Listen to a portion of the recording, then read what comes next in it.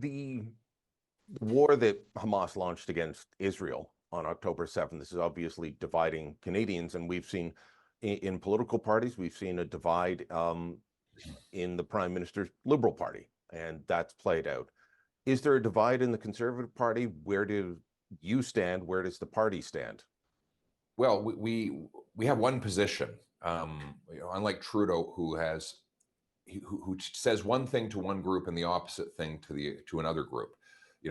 Just quickly to recap where he's been, he was 100% against a ceasefire, and then a story broke that he was losing donations over his position. So then he completely reversed himself and voted for a UN resolution that would allow Hamas to keep the hostages, keep arms, and prepare for its next attack. So he did that because of donations, it would appear. Then he sent out MPs from his caucus who represent Jewish ridings to claim that they disagreed with him so that he could say one thing to one group and exactly the opposite to another group. And the message is, regardless of where you stand on the Middle East, Justin Trudeau will tell you anything you want to hear, and then when you turn your back, he'll betray you. Our approach won't please everybody, but at least we're honest with people about where we stand. Of course, we think what's happening to Palestinians is horrible, and we think the culprit is Hamas. There was a ceasefire in place. Hamas launched an unprovoked genocidal attack, killing more Jews than at any time since the Holocaust. And since that time, Hamas has tried to hide its worst terrorists under hospitals and in other places where civilians necessarily gather.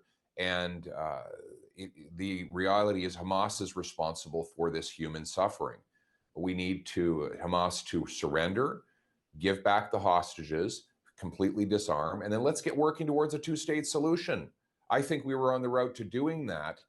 Israel had signed peace agreements, the Abraham Accords, with UAE, Bahrain, Morocco, Sudan, and there was word that Saudi Arabia was next. Imagine if the home of Mecca and Medina were to sign a peace deal with Israel. Imagine the peace that would have broken out in the Middle East. That could have meant a Palestinian state with extreme prosperity for the Palestinian people, who have incredible geographical opportunities where they're located. So my work as Prime Minister will be to encourage the Abrahamic Accords to go further, for there to be peace between Arabs and Jews, and for that ultimately to lead to a free and independent Palestinian state living in harmony next to a Jewish state.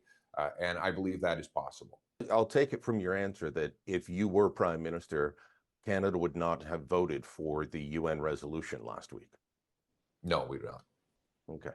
You can't allow Hamas to keep the hostages, keep its arms, and just prepare for the next attack. And that's what this motion did. We all want an end to the violence, and as soon as possible.